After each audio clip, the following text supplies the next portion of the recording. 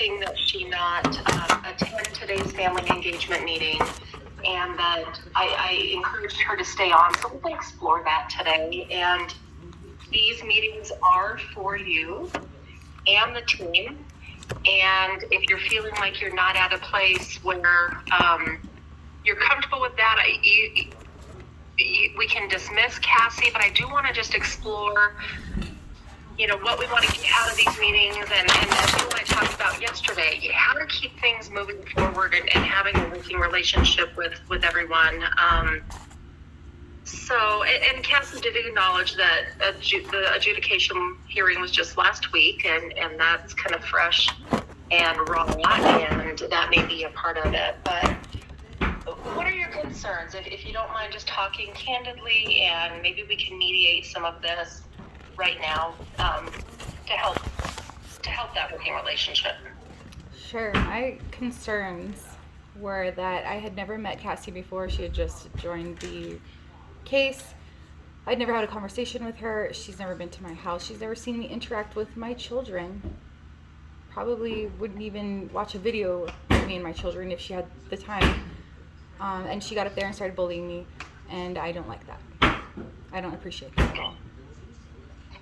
So I'm going to give you a couple of minutes as I'm doing introductions here, Vicki, to be able to define bullying, and for Cassie to be able to have a response, and for us to make a next step, and then we'll set our agenda for the rest of the meeting. So we do have Stephanie, caseworker, and her supervisor, Robin, in the same room from the department. We have hang on real quick. My teammate who is going to be taking notes today is not here. Let me see if they're going to be able to attend or not. Well, that's okay. I don't see them on the call. Okay, also from the department, we have Sarah St. Martin, Supervisor of Placement Resource Manager team. We have Savannah with the Placement Resource Manager team with us. We have Kelsey, Case Manager from Ariel, who oversees and provides support to the other foster home. We do have Cassie with Guardian Ad Litem office, Monica, Attorney Office, Joe with the Office of Respondent Parent Counsel, and Nicole from Ariel Clinical Services to report on parenting time.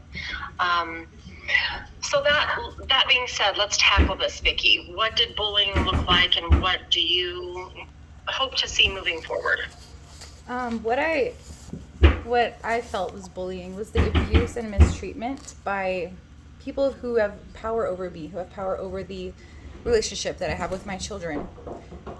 Just being mistreated, being talked bad about, being accused in front of a jury of saying and doing things that I did not say or do. And just with such spite and hatred and vitriol. And it's unwarranted. Absolutely unwarranted. I'm tired of it. So your concerns include tone of voice, not meeting you or your kids directly before making statements in court that you don't agree were accurate. Not meeting me and my children together, like in a setting where they can see what kind of a parent I am.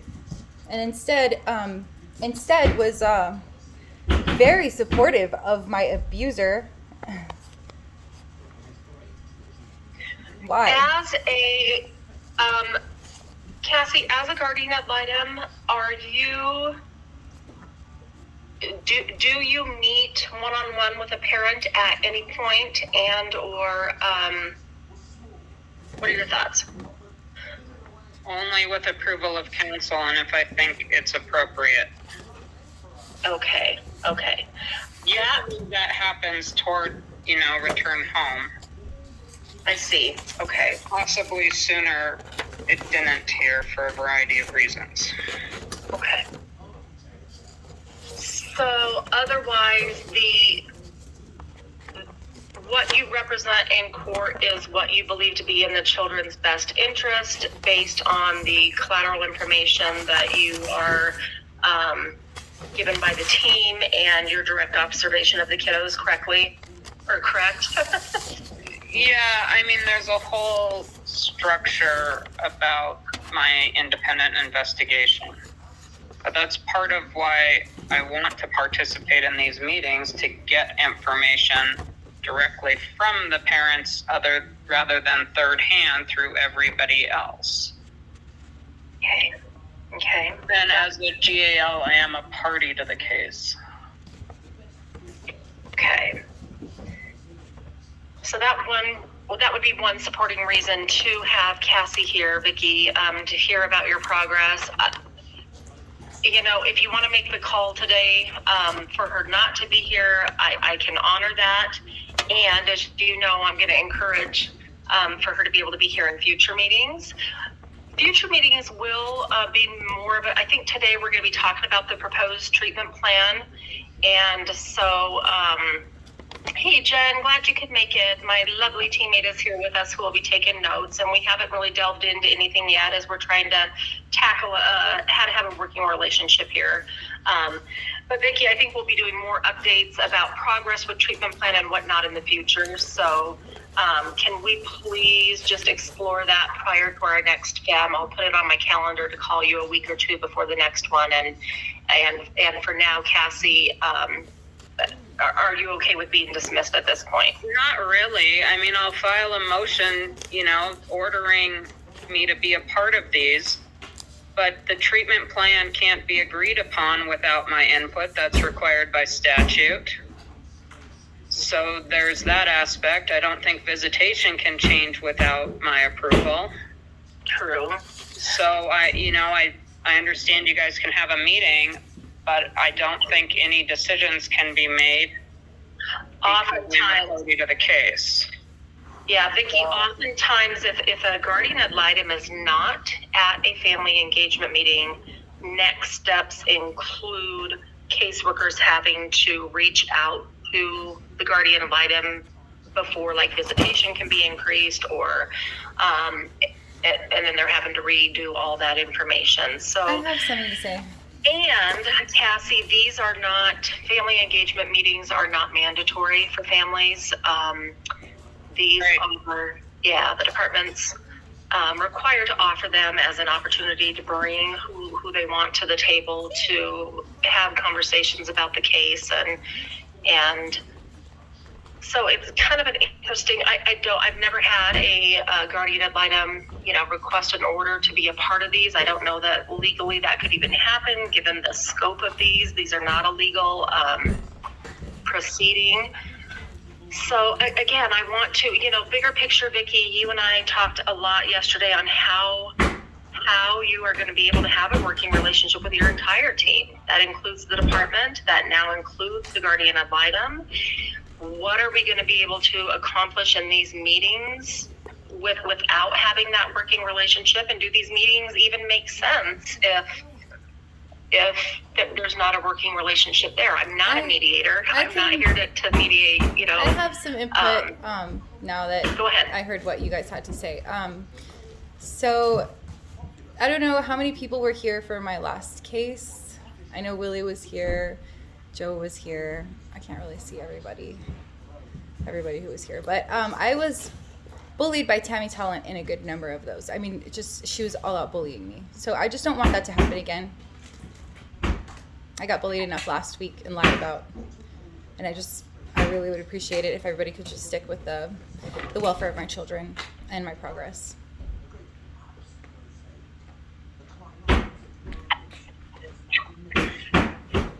And as you know, Vicki, if there are differences of opinions, whether it's what was presented at court or what's said in today's meeting, we're going to have a next step on what can you do with that difference of opinion? What can you do with that concern? The things you did not agree with regarding what were said in court last week, what you could do was to write a letter to the judge, and that's what you did. So I think we'll kind of keep it focused in that way. We just had Joni join us. What is your role, Joni? Hi, sorry I'm late. I'm a friend of Vicky's. I was getting my baby had a really nasty diaper, so I apologize for being late. No fun. All right. Glad you could be here for support. Joe, go ahead. Sorry, it took me a while to get to that mute thing. It's my understanding that under the Title 40 funding, which pay for these meetings, the only people who have Not anymore, Joe. Not anymore. Oh, well then, never mind. I was going to say, it's my understanding the only people that have to be at these meetings are the client and the caseworker. I don't know if that's still the case. Also, kind of in regards to Ms. Coleman's argument of the treatment plan can't be approved without her. We have a whole dispositional hearing on that, so she doesn't necessarily need to be in attendance in this meeting to be able to accomplish that goal. I do want to encourage Ms. Alford to allow her to attend, just because it's usually important to have a guardian ad litem attend. But totally up to you and what you want to do. I understand that you've got past trauma from traumatic experiences that have happened in these meetings. Then I guess my last point is, and I could be wrong with this, but I feel as though the guardian ad litem's ability to make decisions about parenting time is imbued by the treatment plan, and that's why the whole point of, hey, the caseworker and DHA or the guardian ad litem need to be in agreement to change parenting time or whatever, and we don't have a treatment plan. So I don't know how much the guardian ad litem needs to be involved in decision making in terms of visitation, and I don't know if Ms. Alford's going to ask for more parenting time or a change in parenting time. Right. So I guess those are kind of my arguments to kind of advocate and support Ms. Alford's position. That being said, Joe, when Vicki and I prepped a little bit yesterday, Vicki corrected me if I'm wrong. The main points, the main hope that you hope to get out of this meeting today is, number one, to review what the department's proposed treatment plan is. You also want to discuss concerns regarding the kiddos and other new injuries and a plan to ensure that there aren't any future injuries. And then number three, again, you did have concerns about what was reported in court last week.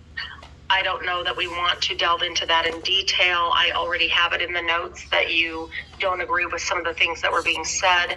Therefore, how you handled that was writing a letter to the judge to let him know the specific things you did not agree with. Anything else that you were hoping to accomplish in today's meeting? Yes, I want to try and get more parenting time. And you're on mute. Of course. Oh, of course. I want to try and get some more parenting time. And I want to talk about Julian and Julian's involvement. How? What, Kitty? Sorry, I just got a cat. He's crying. So Julian is supposedly meeting with my other children via, I don't know, FaceTime or something. So I wanted to talk about that, see how that's going, if that is going, and then also remind that not everyone may know who Julian is. If you want to share.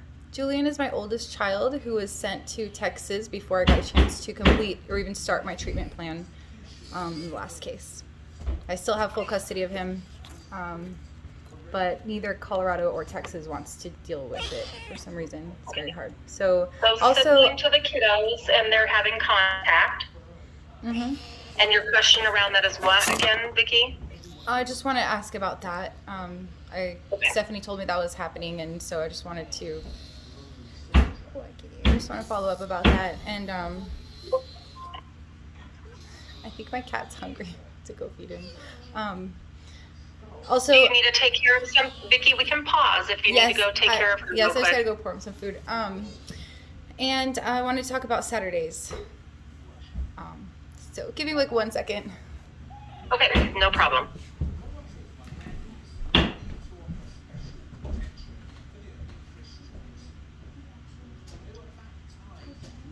Hey, since we have a break in the action, who is funding is the county now paying for the FEMs? Yes, and they are not required as a part of Volume 7, but it's best practice to offer families family engagement meetings with the idea that it does help keep cases moving forward. So it is completely voluntary at this point, and really up to the parent, right? When did that switch over from Title 4E to county funded?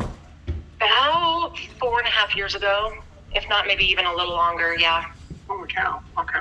Pretty much when the snacks went away, Joe. I remember those snacks. Okay, so Vicki, since we're going to be talking about what the department is going to propose in regards to the treatment plan, are you okay with Cassie at least hearing that part? Yes. Okay. I just want to know Okay. if she's gonna, like, give her word that she's not gonna use this time to bully me, because it's not appropriate to,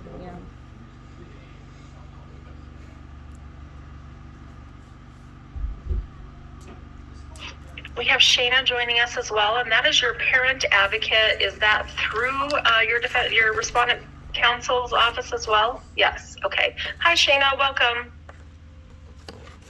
Hey, sorry, Emily. Thank you. Well, and part of my job, Vicki, is to manage tone and respect on everyone's part. So let's move forward. Stephanie, agenda items that you want to add, and it looks like you may have. There we go. Yep. Sorry, I just realized my computer is dying. So before it does do that and I lose you guys, I thought I'd grab it. I wanted to talk about services. I wanted to talk about the ROI. I wanted to ask Vicki basically what support I can provide for her. And then I know that we had talked about some supports from the department assisting Vicki with her home or garage. So I kind of wanted to just discuss that. Okay. Give you a moment to plug in your computer. Anyone else want to add anything to the agenda?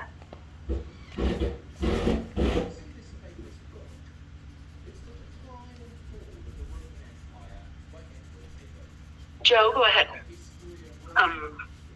So I guess I just want the team to know that this is a proposed treatment plan. So, we will have a hearing about this. So, Ms. Alfred, if you hear something that you're like, oh my gosh, this is terrible, awful, don't worry, we will address this, and we probably are not going to make any headway about that in this meeting. In the event that we hear something that we're like, oh my gosh, no. Thanks for that. Yeah. Yep. And then Vicki, since adjudication the trial has happened, have you had any contact with Stephanie since then? Is your plan to be able to have direct communication with her outside of these meetings? Or what is communication between you and Stephanie going to look like moving forward? That's going to help me kind of guide and navigate this as well today. I will be communicating via email. If she wants to speak, directly, we can set a meeting on the phone. I would like to have my attorney present. If I do have an attorney at the time, I would like them to be present. If not, I will be recording any communication that I have with her thus forward. Okay. So let's start there with the proposed treatment plan, Stephanie. Communication with case manager is generally always a part of that. And is communication via phone and or email what's expected? And I would just like to reiterate, I'm happy to meet with your attorneys. I definitely want to support that. If Joe or Shane, I think, would like to also be present, that is fine. If you need to record me, that is also fine. But I do believe that it would be easiest to have in-person meetings at the department. At least once a month. Are in-person visits required? In-person visits are normally something that is part of best practice, and part of the proposed treatment plan and case management, which is one of the objectives of communicating with me. It does request that she is available for monthly visits. Whether that's in her home or here, we're able to kind of flip-flop that. Normally with my other clients, sometimes we'll meet in the community, but then that next time we'd meet at home just so we can see that environment and all of that. So it's best practice to meet in person, but it's not necessarily a court requirement from what I just heard, correct? Correct. Once a month visits are required though, aren't they? And that's what I'm saying. These once a month visits are required, whether that's at the courthouse, whether that's at Starbucks, or In person. there's multiple different ways that we can handle those. Okay, we didn't have a visit for September or this month. I was able to see you at court both of those times in person, and so. So that counted. But moving forward, Vicki, are you willing to meet with Stephanie in person? And Vicki, I did try to come to your home. I left a business card, took a picture, that I did make that attempt. That was September 1st.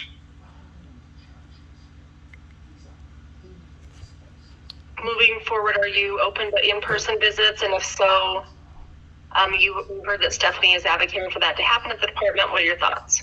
Oh, yes, that's fine. And you would like either Monica, Shayna, or Joe to be there, at least one of them, correct? Correct. Okay. Or whatever attorney Okay. I have at the time. Okay.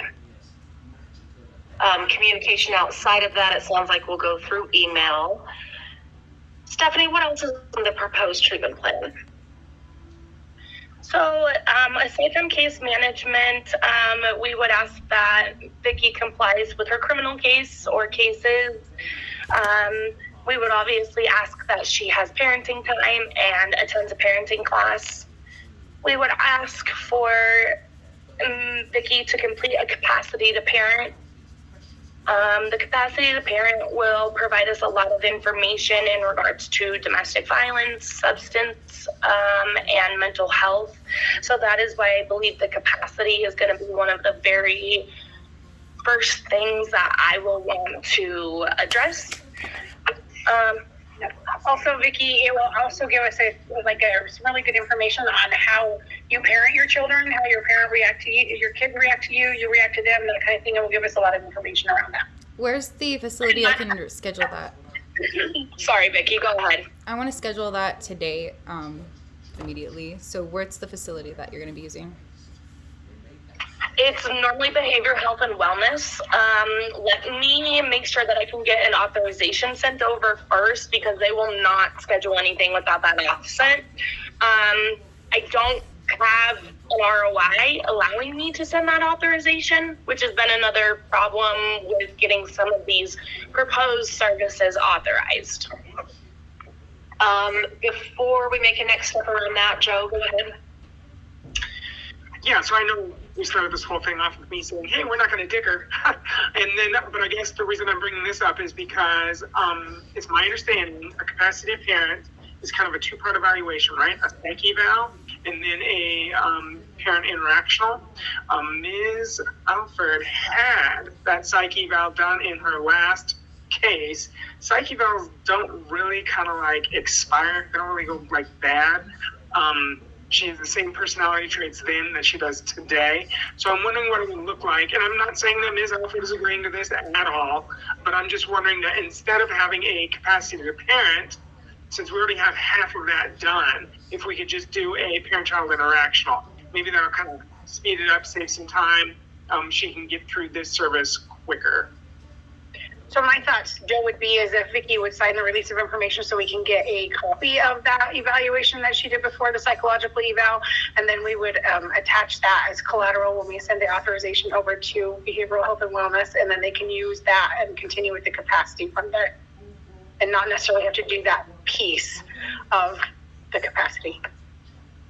Because I also heard the other three things that you're looking at is mental health, substance abuse, and domestic violence evaluation, which would be a part of that. Vicki, at the last meeting, you noted that you are currently working with a therapist regarding all three of those things, and not willing to, or not, you want that therapist doesn't want to be subpoenaed, number one. Number two, you're finding it very helpful. You don't want to compromise that relationship by signing an ROI and that person getting involved in this, in the case part of this. So would you be willing to, so those other components, even if they've already been assessed, could be assessed through the capacity, I guess is my point. But Cassie, you wanted to add something. Go ahead. I really wanted to ask something, if anyone knows. I mean, it's about timing. It's just been my experience, those get pushed out a long ways. I'm wondering if Stephanie or somebody has any information on how long it would take to get this on the calendar. So I'm able to, honestly, behavioral health and wellness is super speedy to get that all set up. My evaluations are happening about 4 weeks after the parent has complied and come and done, their intake paperwork and all of that stuff that is needed for the evaluation. Okay, I just didn't want to be like, great, this is 9 months down the road. No, I don't think any of our services are that booked out. I know that's something that keeps being thrown out, but that's not been my experience. And I have I think I've got 3 parents that are doing a capacity, so I have a little bit of knowledge from the prior. Okay. Awesome. And my other quick question, I understood that Vicki doesn't have any transportation problems. Is that true? She can get to this eval once it's scheduled? So I'm not sure about her current situation with her vehicle, as this has not been something she has felt comfortable discussing with me. I can tell you that to get to behavioral health and wellness, she could take a Medicaid taxi. Okay, awesome. Thanks. Sorry to interrupt. Vicki, transportation? Transportation. What's your transportation? I have a car. You have a car? Mm-hmm. It works, it's reliable, you're good to go there? Yes. Okay. Would, Joe noted gas cards, would those be helpful? Financial help around gas? Gas cards would be nice. Stephanie, when can you schedule a visit with Vicki so releases can be signed and there can be forward movement on those authorizations I being can sign sent them and scan them and a in request and of send them records? via email. Vicki and I actually have worked, and please tell me if I'm wrong, Vicki, but we have done through DocuSign. So we've successfully, and I don't think you even signed the DocuSign. I think you modified the document yourself. So I think we could handle it electronically to save you a little bit of gas. I agree. Okay. So I will get that sent over. I hope to have that to her by tomorrow. Monica, go ahead. Can you, when you send it to her, can you make sure that I'm on the email so I can see what the release has and on it and everything before she signs it, just so her and I are on the same page and she feels comfortable? Absolutely. Thank you. Okay. Okay, you also mentioned a parenting class. Vicki, what are your thoughts about that? I have a parenting class completed. I can send you that certificate.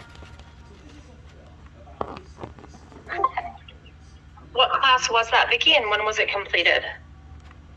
That was, it's a general parenting class with emphasis on trauma-informed, trauma-informed parenting, basically. I completed that, when did I complete that? It was February of last year. Was that through Parents as Teachers? No, I'm doing Parents as Teachers right now. So I'm like 3/4 of the way through that as well. It was through Amos Counseling. Okay.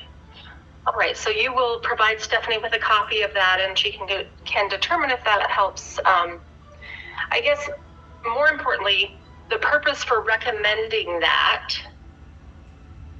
The why behind recommending that. What is the department hoping to see? Is her current work with Parents as Teachers?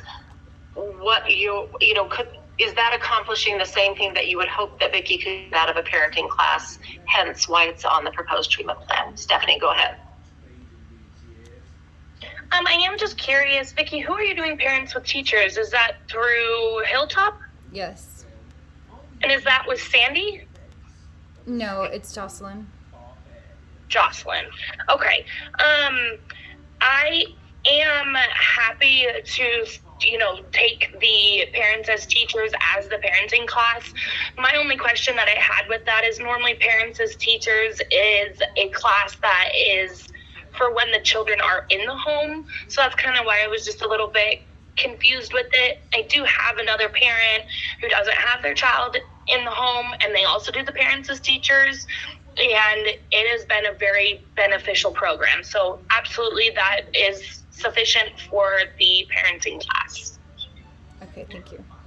And if you could get me any reports from that, I would absolutely love that. I don't necessarily have to have you sign an ROI so I could communicate, as long as you could get me that info. I have that. I have letters and stuff from Christy, but Christy got a different job. So I've been working with Jocelyn. She'll provide a letter too. But I have 2 from Christy. Okay. Thank you. I was going to ask that. Christy attended our initial family engagement meeting, Stephanie. Vicki, do you want me to invite Jocelyn to your next family engagement meeting? Yes, please. I was supposed to ask her to be added, and I flipped my mind. So. Okay. Can you send me her email address, or at least the spelling of her last name? Yes. First and last name. That will help me find it. If not, okay. Yeah, I'll send it to you. Yeah. And Stephanie, just for your knowledge, Vicki was involved with Parents as Teachers prior to the department getting involved. And you had been working with Christy for how long, Vicki? I requested services, I want to say 2 weeks before the department got involved, and my first meeting with Christy was 1 week before the department got involved. So I was definitely not in denial that I needed help. I'm the one who asked for help. Yeah. Any skills that you're learning in that class that you feel are helpful with your parenting? And what were you hoping to get out of those classes, I guess, or that service? So what I wanted help with was routines. I have ADHD and it's going untreated. I'm about to get back on my medication pretty much in the next week, which that will help. But my routines are, not, I would like to get better at doing routines because it's very helpful for children to be expecting what comes next in the day, and it helps them not just in their childhood but for the rest of their lives. And so I reached out for help with that. That's been wonderful. I've been implementing a routine in my own life every day, well, for most days. And also I wanted to better understand how to incorporate activities for all 3 of the kids because their ages are so different. Not Apollo and Artemis, but Apollo is very super abled and Artemis is just learning how to walk. So it's very, very insightful, and they give me all kinds of stuff what me and my kids can go do out in the community, and different things. They host different little not classes, but they're little group sessions of fun stuff. And also they talk about the development a lot. So where they're at developmentally, it's very important to emphasize certain activities and to be, speaking to them a certain type of way so that they can use that, what they learn immediately and for the future. So it's very helpful. Parents as Teachers is awesome. I was going to provide Kristen's report from the previous meeting, but I wasn't able to find it. So, Vicki, are you comfortable sharing how you're going to address your ADHD, who's going to be providing medication management, etc.? I'm not sure who. I just did my CIA yesterday, and so I have a couple of different appointments. I still have to see a psychiatrist. I don't know who that is. And what is CIA? What does that mean? It's a comprehensive integrated assessment. And was that done at Mind Springs Health or somewhere different? It was done at Mind Springs. Okay, I did find Christy's previous report. She just noted you're very engaged in Parents as Teachers. You're learning about the children's development. focusing on self-care, focusing on building a routine for you and the kids. All right, are you willing to sign a release of information for Mind Springs Health? For Stephanie to be able to access that comprehensive eval? I spoke with Mind Springs yesterday, and they're changing a bunch of things around, so I'm not sure exactly what needs to be signed with regards to information sharing, but I'm hoping after the next couple of appointments, they will know what they want to do. They're changing their opinions about a lot of stuff, so I'm just kind of in limbo, so I don't know yet. Okay. Okay, before we talk about parenting time, Stephanie, anything else on the treatment plan? I did just want to bring up that I can send the Mind Springs ROI along with the other one, and of course I'll include you, Monica, just so you have that at your disposal. Okay, great. Anything else on the treatment plan then? Yes. Housing and employment. I don't think housing is something that you've ever struggled with, at least since my knowledge. I think the only housing issues you struggle with is all the remodeling and constant workers there. Correct me if I'm wrong, but I was curious to know if you have obtained any employment. I haven't obtained employment, but I am going to be in employment services with Mind Springs, so they're gonna help me figure out like what's the best. I guess do it like an aptitude type of thing. That's awesome. Okay. And family therapy is another part that will come. At this time, Jeff, who is little Austin's therapist, has advised that we're not there yet. So it is something that we'll want to do to provide those supports for you, Vicki. But it's just kind of one of those services that are on the front line. Okay. Joe, go ahead. Yeah, did Mr. Steele report what needs to happen before family therapy can start? I'm sorry, can you say that again, Joe? Yeah, so I heard you say that we're not going to do family therapy right now because Mr. Shealy said that the last one just isn't there yet, right? So did he follow up and say, hey, this is what needs to happen, or this is what he needs to see before family therapy can begin? He didn't necessarily state any specifics. He did let me know that he is still trying to build a trustful relation with Austin. He worked with him previously, but I think it's been about 2 years. So I really think that they're trying to get that bond back built where he feels comfortable. Austin has attended every session and is engaged, but we just haven't quite got to deal with any of his issues, and I believe that's why he doesn't want to bring mom into it yet. And I have a quick question really quick for Cassie. Cassie, do you hold privilege, or are you going to be requesting that? I am going to request it if I haven't already. I needed to see where Lee left off. Okay, thank you. Yeah. Okay.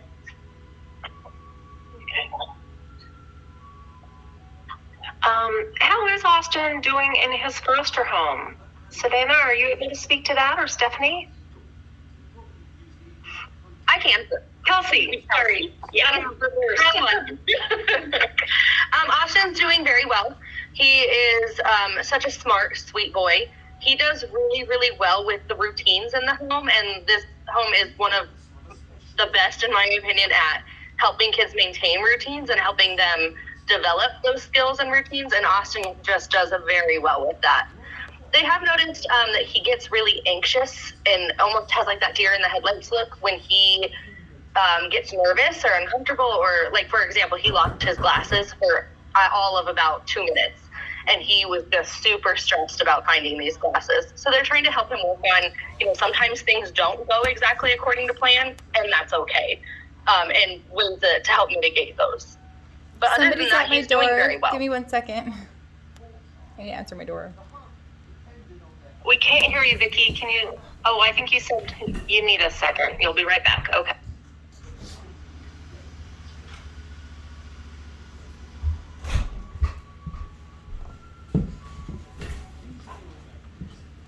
That was weird. Somebody was knocking at my door and then they weren't there. At least I think it was someone knocking at my door. I don't know. All right, so he's getting routines down. That'll be helpful for you, Vicky, as you're trying to implement that more as well. I had a question and then, I wanted to ask, are the kids still escaping to go play on the trampoline?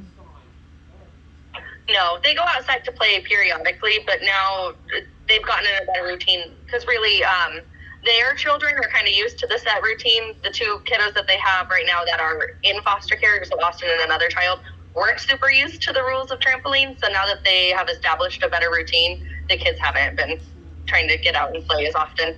Okay, another question. How's his eczema on his elbow? And then are his hands getting chafed at all? His elbow's looking better. They're being really consistent with the eczema lotions and things that they got. His hands get a little chafed when the weather changes pretty drastically because we're at that weird time of year where it goes from 70s to 50s overnight. And so they get a little chafed, but every morning they put lotion on, and then after every bath, and then anytime he goes outside and his hands get cooler, they put lotion on to try to mitigate some of the chafing. Okay, I didn't make the salve, but I did buy him this stuff. It's eczema lotion. It was $20 for this little thing, and I was wondering if it would be appropriate if I could give that to him tomorrow. Stephanie, I'll defer to you. That was something that we had talked about in the last FEM, that you were going to bring some of that. I have no problem with that. We would like to, handle that eczema. And so if you have, the magic stuff, I absolutely want to use that. Cool. Okay, Vicki, yeah. is there any way you could just write down for me what ingredients are in it? Our foster homes are just required to keep pretty good records of things they give to kiddos, in case of allergic reactions, in case of anything like that. Mm-hmm. Yes. Just so I have a list of it in case, I'm sure you've used it and it's fine, but just so we have it. I haven't used it. It's brand new. It's sealed. I wanted a sealed container because of all the accusations being flown around, and nobody can really make, headway of anything that's being said. I don't want any more accusations if I bring something that I made. So it's going to be sealed. The ingredients are on the label. It's stuff that I can't pronounce. It's mostly essential oils. But yes, definitely. I can give you a list of that stuff. Awesome. Sounds good. Thank you. And if you can sit a little closer to your phone, Vicki, I think it'll be easier to hear you. So again, just that is a store-bought item, and so the ingredients will be on there. All right, Savannah, how are the other two littles doing? Yeah, so Apollo and Artemis are doing great. I know that, Vicki, like you said, Artemis is working more, and both of the kids are talking a lot more, especially Apollo. So I know that they're doing great. There's only been positive reports about how they're doing. So not sure if you have anything else to add, Stephanie. I don't have anything else to add. I was able to go into an unannounced home visit, and at that point, kiddos were just waking up. The foster parent was changing them, so I got to observe any type of diaper rashes, which I didn't see present at the time. And, they're all three of them are doing really, really well.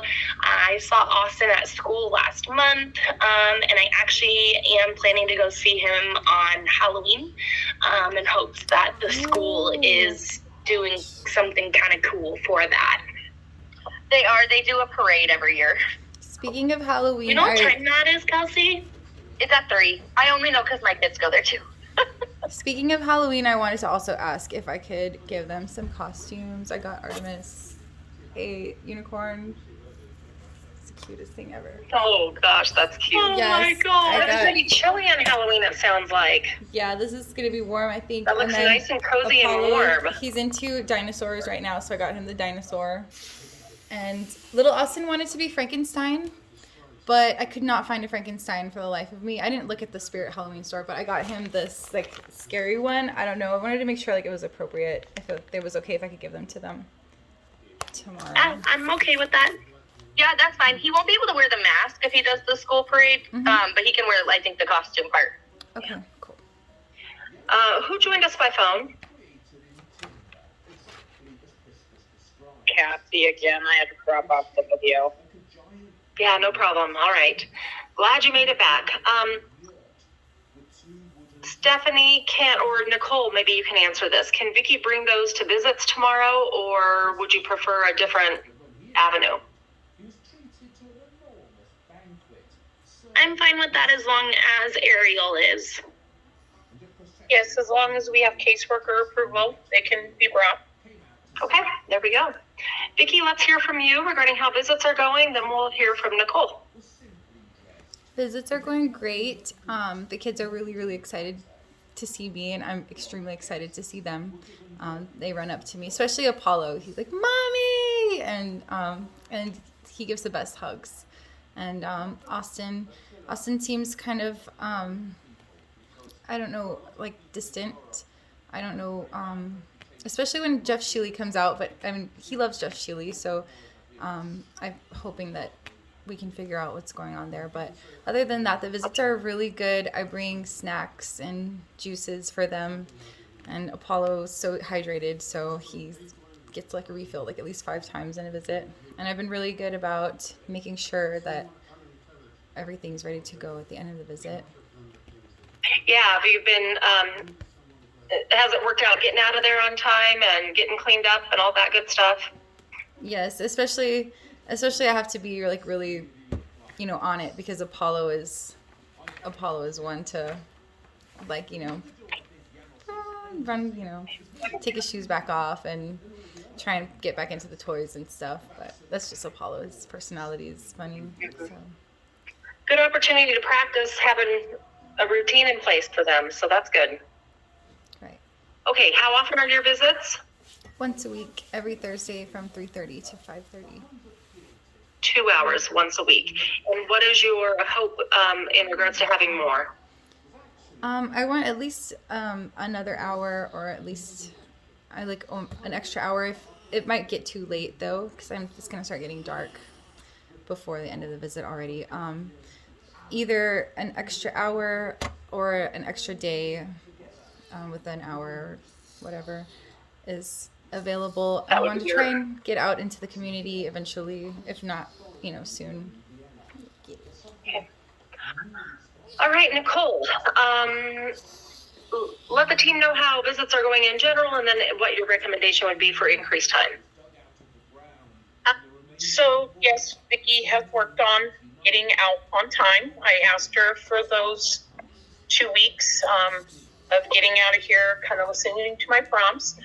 And so far it's going well. I know that we did kind of talk about community at the last meeting we had. And I kind of said I really wanted her to listen to me before we move forward with that. I'm okay with that. What we've kind of been doing lately is if parents have 2 visits, we have one here and then one out in the community. We do have a kind of community guideline that we would need you to sign. And it basically just kind of outlines the rules that we would expect out in the community. And I'm going to interrupt real quick because I've heard Vicky say at this point she is just hoping for increased time, and then in the future, community visits. Vicky, is that accurate? No, I meant if possible soon, like, if we could do community visits starting like next week or the week afterwards, like that would be really awesome. You would be okay to that too. Okay, so carry on, Nicole, sorry.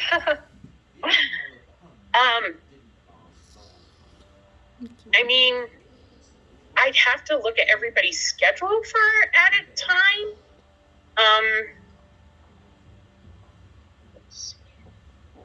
Yeah, I mean, definitely it would have to be a scheduling thing.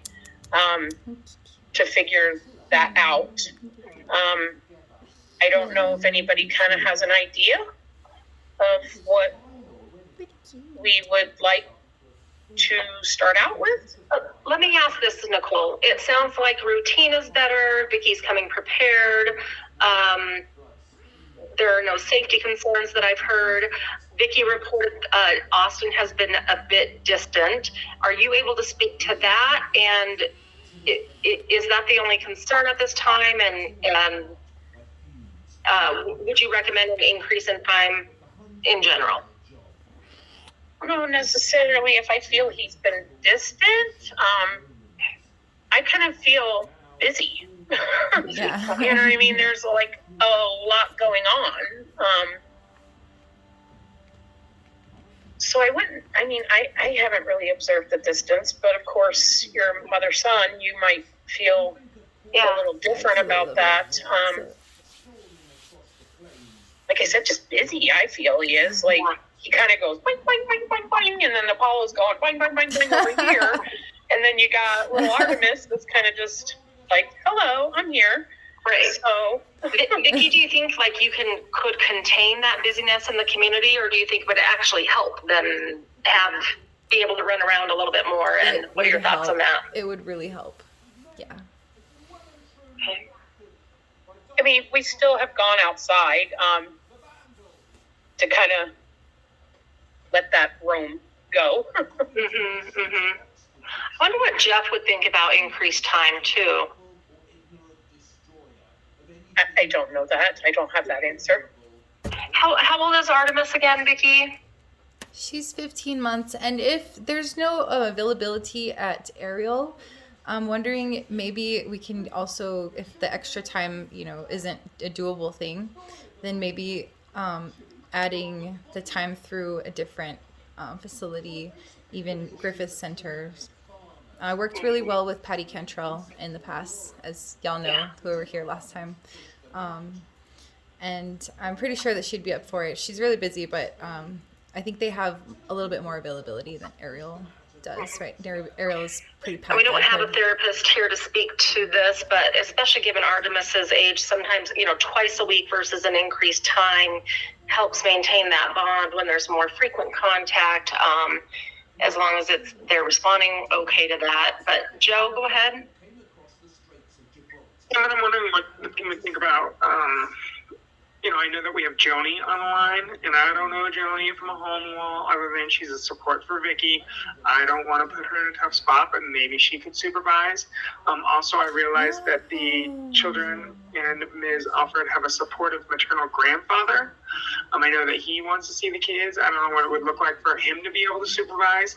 That way we can have kind of a, less restrictive, more familial-based parenting time. And then the bigger picture, given why the department is involved in the first place, and the recommendations that you're making, are you prepared to say, yes, it makes sense to increase time? And there's kind of a bigger picture here in that there's not even a court-ordered treatment plan yet. So lots of factors to consider. But Joni, let's definitely let you speak to what Joe just proposed. I would be happy to do that. I would love to do that so much. I miss those kids. I have a little girl that's right in between her babies, and I know my oldest, she's 8. She misses them very much, so I would be more than willing to do that. Not saying it would be approved, Joni, but part of the process would be going through a background check, possibly fingerprints. Do you have anything in your history that, number one, would you be willing to do that? Number two, anything in your history that may be a barrier? No, I have a clean history. I actually have a bachelor's in criminal justice, so I have no problems doing a background check. It'll probably be the quickest background check you've ever gotten back. I actually need to do that for my daughter's school anyways, so that I can volunteer and stuff there. I've just kind of been slow on the go with that. But if I do that for her school, would that be okay for you guys as well? Could you kind of coincide that? Okay, so Stephanie and Robin, a ton of questions for you to answer here, from bigger picture all the way down to details of utilizing Joni in the future. Sarah, do you want to interject before we let Robin and Stephanie address all those things? I can just answer that question that was just asked. Due to laws, they are not allowed to share, so we wouldn't be able to accept those results, but we would pay for them at the department, so it wouldn't be any additional cost to you if you were approved. Okay, perfect. No problem. Okay, Robin, floor is all yours. Well, and I'm not sure if I got all the questions. I'm just going to throw something out there. So, what I think the department would like to see would be some supervised with Nicole community visits to start with, see how those go for a couple weeks and see, if we have any concerns, barriers, or if there's anything we need to address before we open it up with, is it Joni, correct? Did I say that right? Anyway, or is it Joan? Anyway, regardless. And in the meantime, we can work on those background checks and get some of that kind of stuff going. In the meantime, to where if it looks like everything's going okay with Nicole in the community, then we can go from there. Does that sound fair to everyone? Yeah. I'm fine with that. Okay. We also have to get the guardian ad litem approval. It looked like she hopped off. I'm not sure what happened, but we'll have to talk with her and make sure she Yeah, next. But yes, that works for me as well. Just keep me posted. All right, team, we have yet to develop a goal statement together, but in the risk statement, 3 concerns are noted. The first, ensuring that the kids have someone who is able to supervise them appropriately at all times. Nicole, have you had any concerns about that during visitation at this time? No, the only recommendation I'm going to be is maybe bounce up a little quicker when Mr. Apollo tries to come inside. Because my concern about that is that sometimes he just, it's fast. And then he sticks his little hand in the door. And I just see an injury waiting to happen. So just maybe a little quicker on your feet when he does that. The other thing in the risk statement is being able to meet the kids' immediate needs. Do you feel like, obviously, shelter is being met? What about diaper changes, food, hydration, etc.? Emotional needs? Nicole, any concerns in any of those areas during visitation? No, she brings snacks and meals or whatever. Not meals, but crackers, pepperoni, blah, blah, blah. The diaper change, make sure you have them. And if we want to prevent diaper rashing, I would maybe suggest checking a little bit more often. Okay. Number 3, kids need a sober caregiver. Do you have any concerns about Vicky not being sober while at visits? No. Okay. Is the department monitoring sobriety in any way, or will that be a part of the treatment plan? Vicky was authorized to be taking random UAs at CJSD. There was a little bit of hiatus in the UAs. I was able to confirm, I believe, mid-September, early September. It was a couple of weeks ago. I could get specific dates, but I did confirm with the manager at CJSD that she is allowed to be taking said ways there. That is not going to get her in any type of trouble. I did communicate this to Vicky, but I have not received any UAs in numerous months. And really quick, Willie, while we have our mic open, Stephanie brought something up that I hadn't thought of. We need to check with county, with the attorneys and stuff too, to make sure the protection order with Vicky and the boys, making these changes is going to be okay, because it may be specific to Ariel and to parenting time. So we may not be able to do that unless that is, I'm not sure. We'll follow up with the attorneys and make sure we're not going to do anything to get anyone in trouble.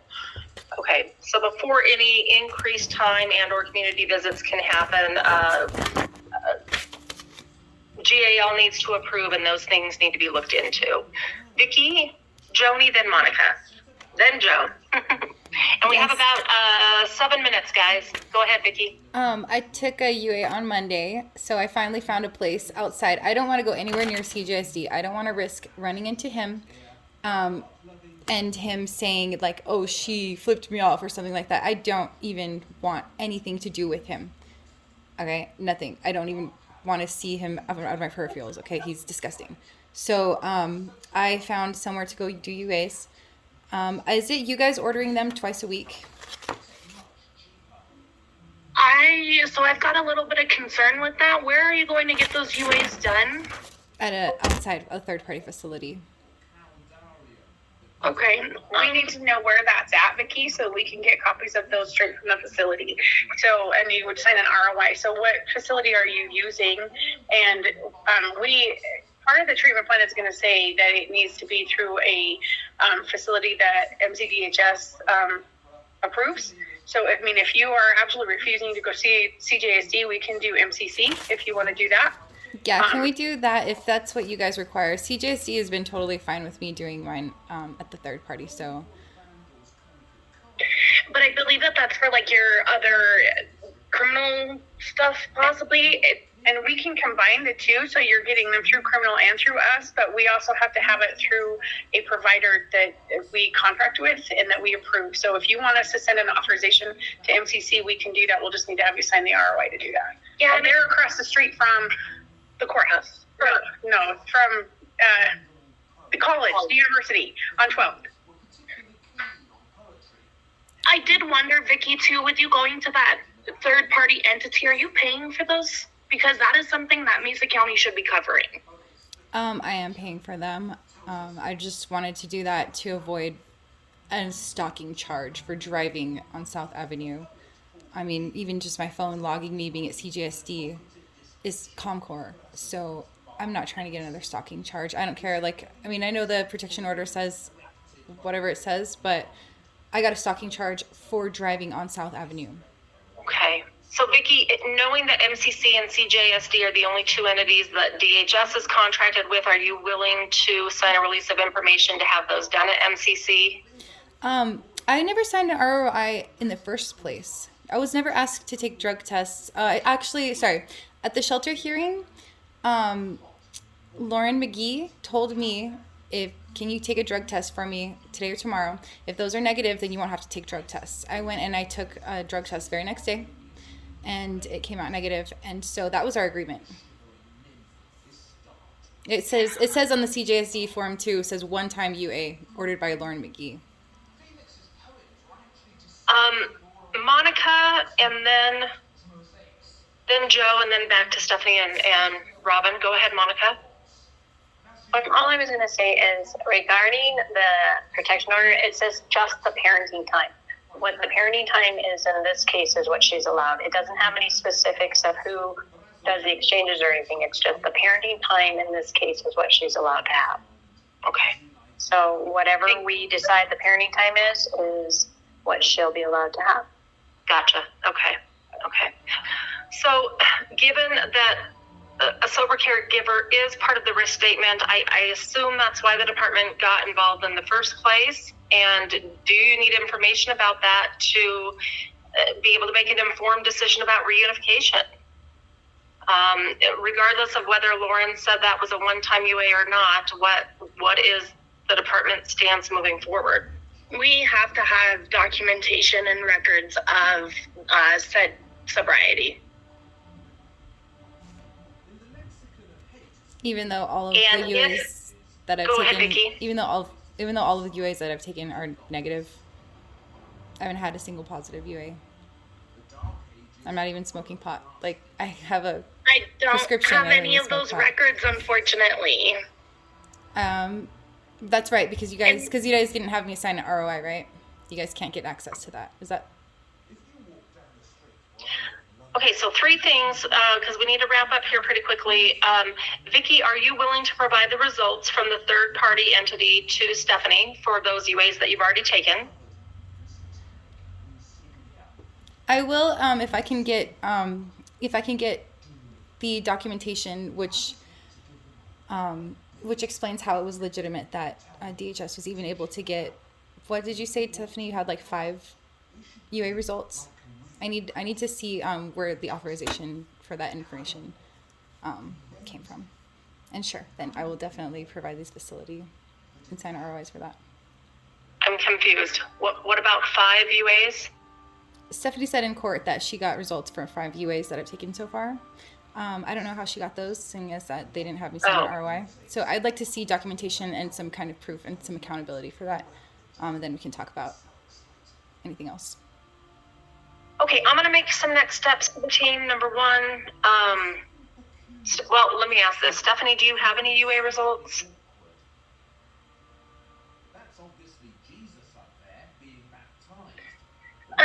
Yes, I am able to see some of her records, and I have not had any negative results since July.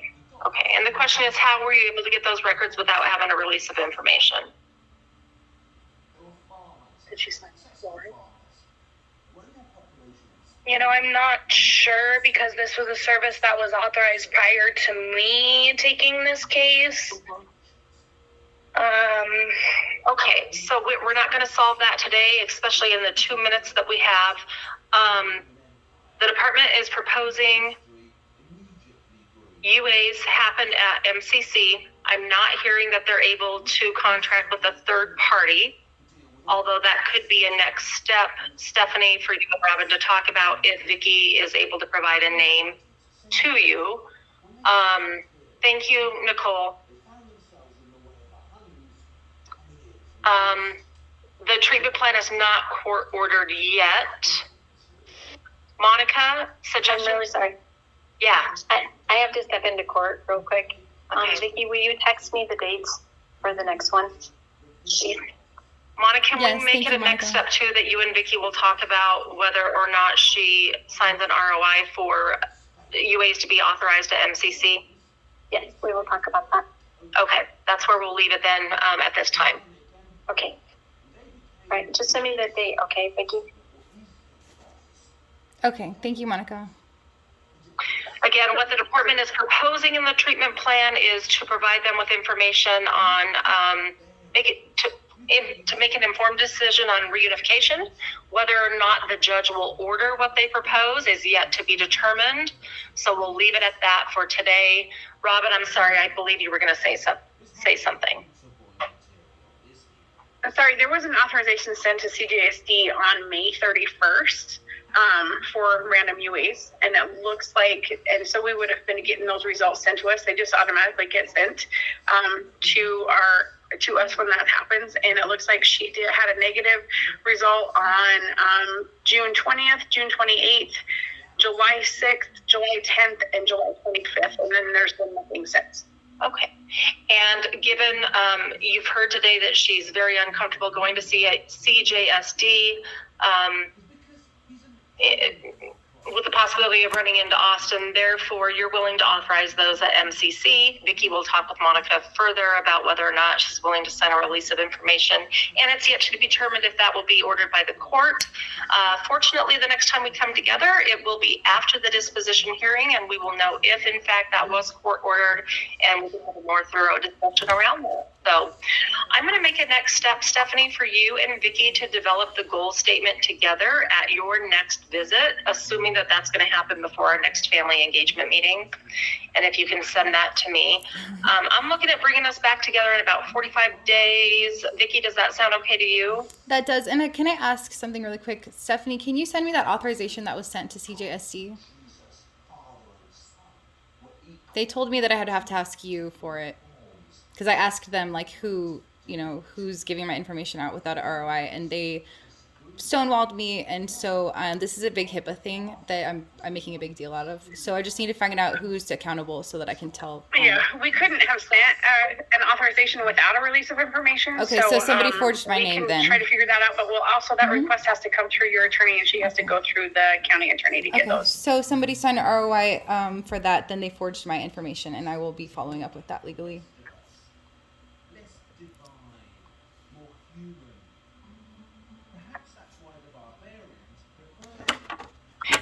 Team, I am looking looking at bringing us back together. Oh, wow, Stephanie. Your December does not look fun. Oh, my. September, October, November, December, January, February. Wow, you are in court a lot. The soonest we could come back together, Vicky, would be November 29th. Otherwise, we're looking at December 18th. Do you have a preference? November 29th is good. Okay.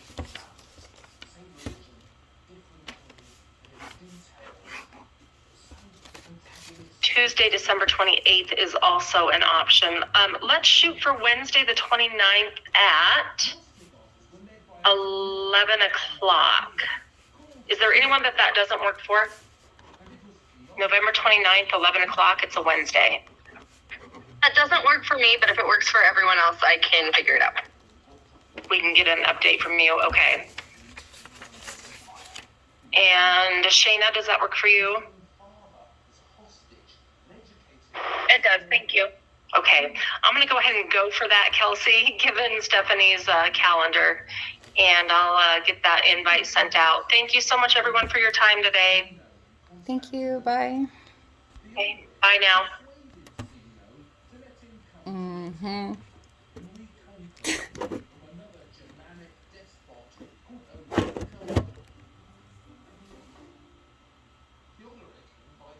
Hey, so somebody forged my signature on an ROI for release of information from CJSD.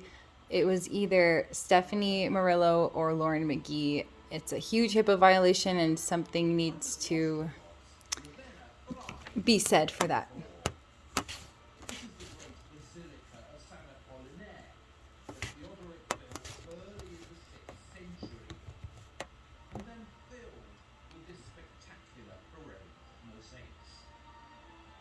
Hello? Hello?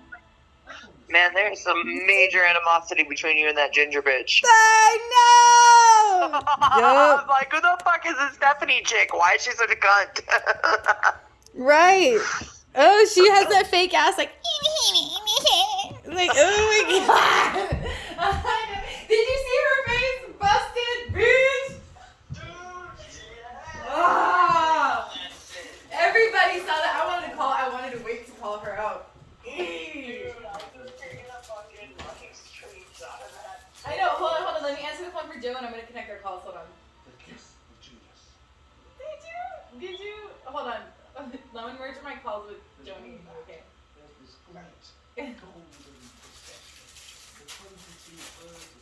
Did you guys see her face? Oh my god.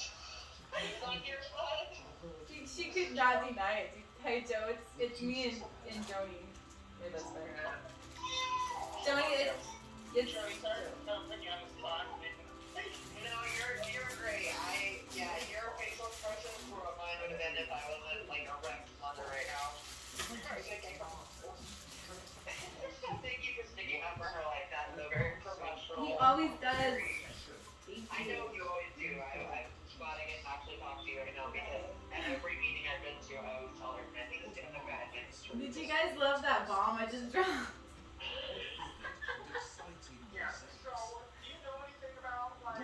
HIPAA? I do. I know a lot about HIPAA. Oh, yeah. Yeah, I've been trying to get to the bottom of this for months. I just wanted to wait to for this moment to just drop the bomb. I wanted to wait till after the adjudication trial and everything. Mm-hmm.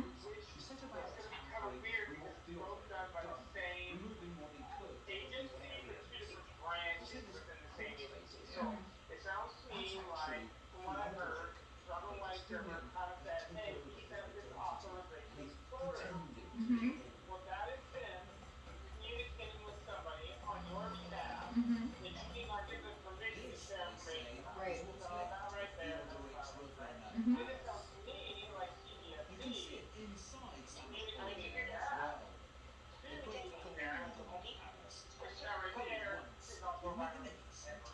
Right.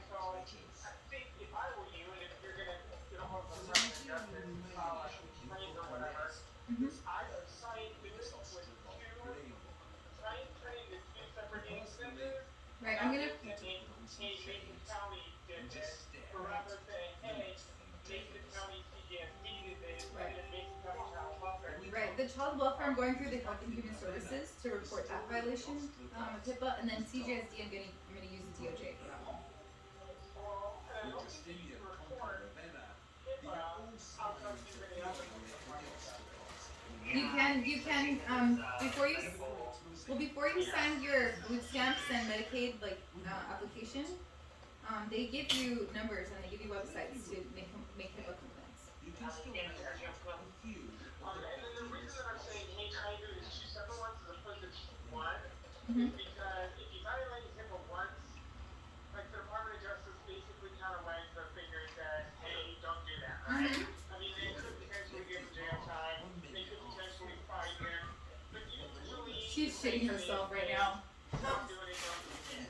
Now, if you do it again, then you start talking about like really big fines. Like I want to say it's like $250,000 fine. Right. For like the second violation, and then it can also be prison time. And then if you do it again, then you start talking about like, you know, even bigger fines, and they take away licensures and all that kind of stuff. I recorded that. And try and do it because two different grievances.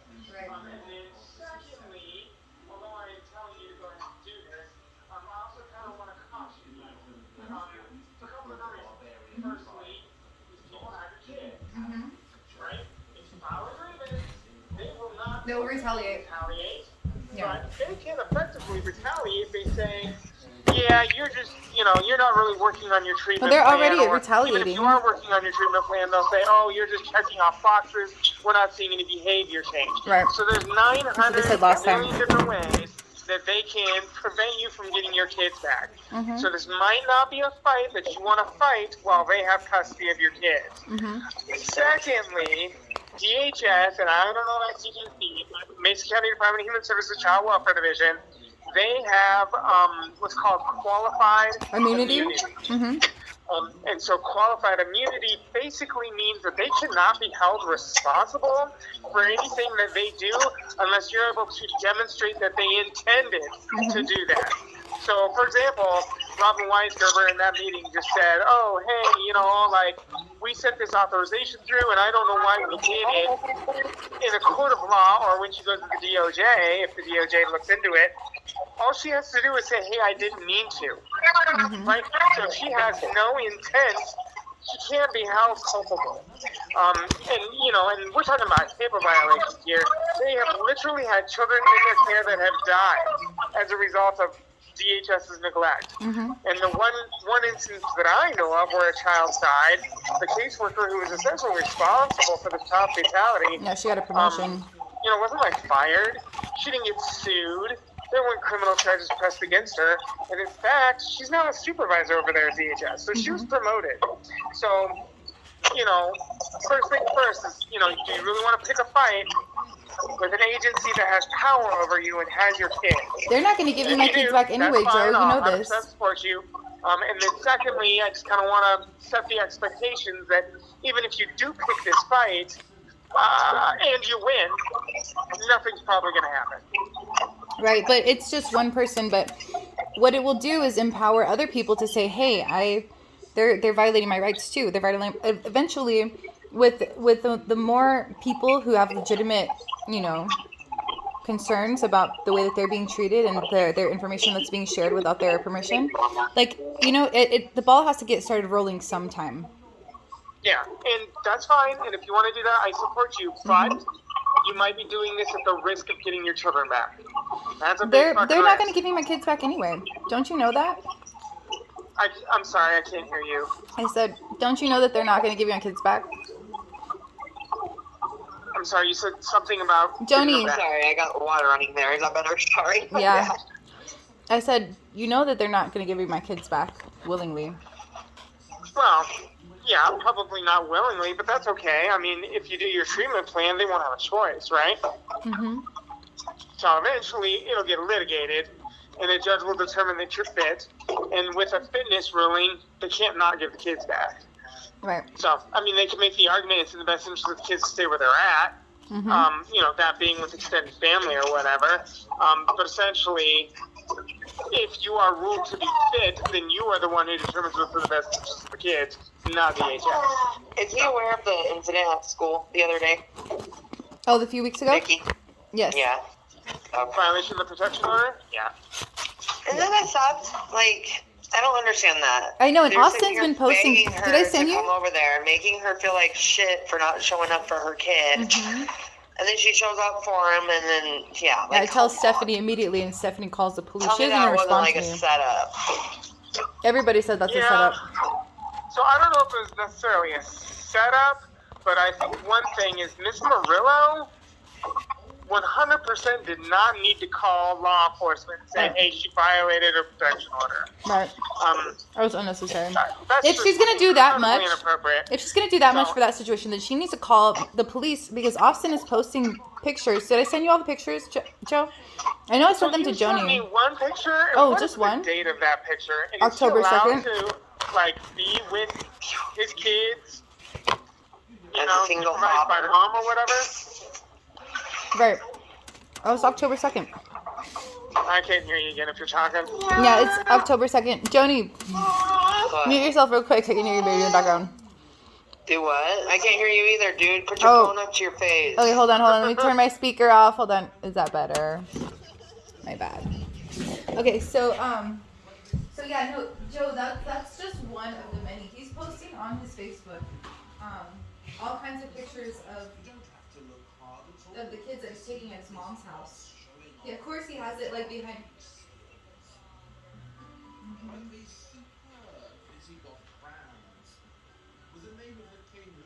No. Spelled out helpfully for the harder remembering.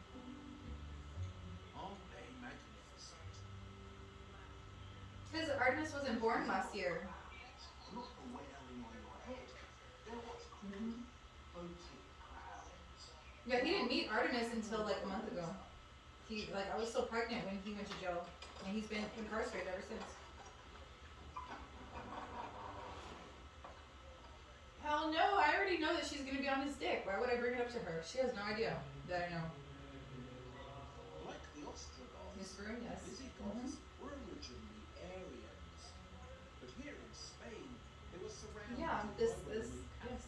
I mean, this is not a protection order, but it's a court order, so the only visitation that's allowed is visitation that's supervised by the third-party agency, which is and that's when they built these exciting and inventive Visigoth churches. I know, I forgot. This is the church. Oh, I didn't even get it. My bad. It's been remodeled here and there, but most of what you see. Right. Well, I printed them out, and I responded to that expedited motion to give legal and physical custody to my ex's mom because, one, she has a 432 square foot house. 432 square feet. There's no room for a crib. I know this personally. You cannot construct a crib. There's no room for a bassinet. I mean, there's no safe place for those babies to sleep. Second, Austin's been going over there posting on his Facebook about how this seems at his mom's house. Obviously, why wouldn't he? My mom would be still, I wouldn't be posting about it. Believe it or not. And then third, about the injuries that aren't going unreported to me. And that the caseworker is completely denying having you. I have pictures of them. Artemis' face all messed up. Apollo's missing fingernails, hands all swollen.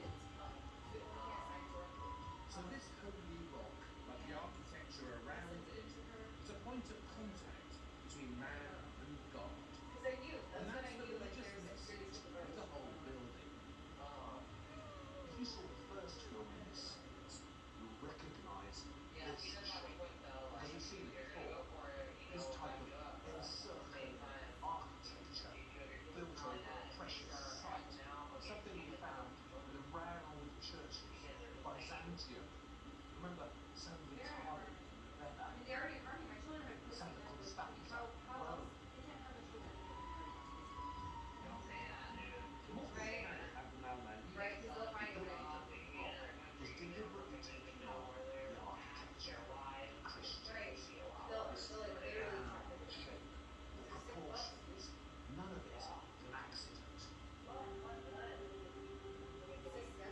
Adelaide Cannot I'm believe also added an that explicit these motherfuckers can insert get away with which this shit. runs all the way round, in which it gives the date which the dome was Themselves. finished, 691 AD. Perjuring themselves It and then also they're fucking includes a writing my stern ex's dick. message They're just to gonna do it. Christians. Oh, you people of the book, it So says, he's heard my last meaning the case. Bible. He was Jesus so is my only a attorney messenger of had him God. get on as like a parent advocate for God is only one God. he was like It's a deliberate right, he's the challenge to only person that does a good job, Christians. right? He used to Jesus be the is just a caseworker. prophet. Caseworker There's for only police. one God. God don't have sons. This entire building is taking on Christianity.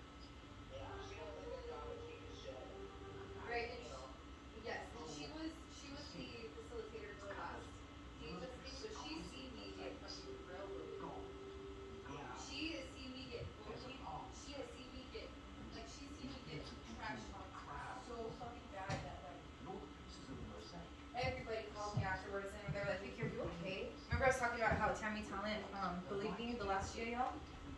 Yeah. She bullied the fucking shit out of me at one of these FMs. And she was going crazy because I wasn't reacting. She was like hurling all this shit at me, trying to get a reaction out of me, and I wasn't reacting. And she was using that as a like, why aren't you reacting? Why aren't you crying? I'm like, fuck you, bitch. And then I used that against her. Like, why are you trying to make me cry? And like I caught her up there because she like lost her fucking mask for a second. And I was like, I checked her and she just started like on her fucking keyboard, like the fucking, how do you say it? Fucking Patty was like, she looked like the fucking Wicked Witch of the West. Like when she's like, when she, at the very beginning of the Wizard Box, when she's like, The Islamic paradise is a yeah, she said that's exactly what she was like. to the half She was so fucking funny. I miss Patty. Like, this new lady who surprises my parents, we used to have like butted heads at the beginning. Just because all the bullshit that she heard about me, you know? People get biased against someone when they hear things before they get to meet the person. And that was my problem with this GAL too. Because this bitch got in that courtroom and she was like, this mother is fucking horrible and blah blah blah, and she just doesn't give a fuck about her kids. She called her kids a piece of shit. I was like, no, I fucking didn't, bitch. Oh, wow. I never called my kid a piece of shit. What the fuck? That's such trash.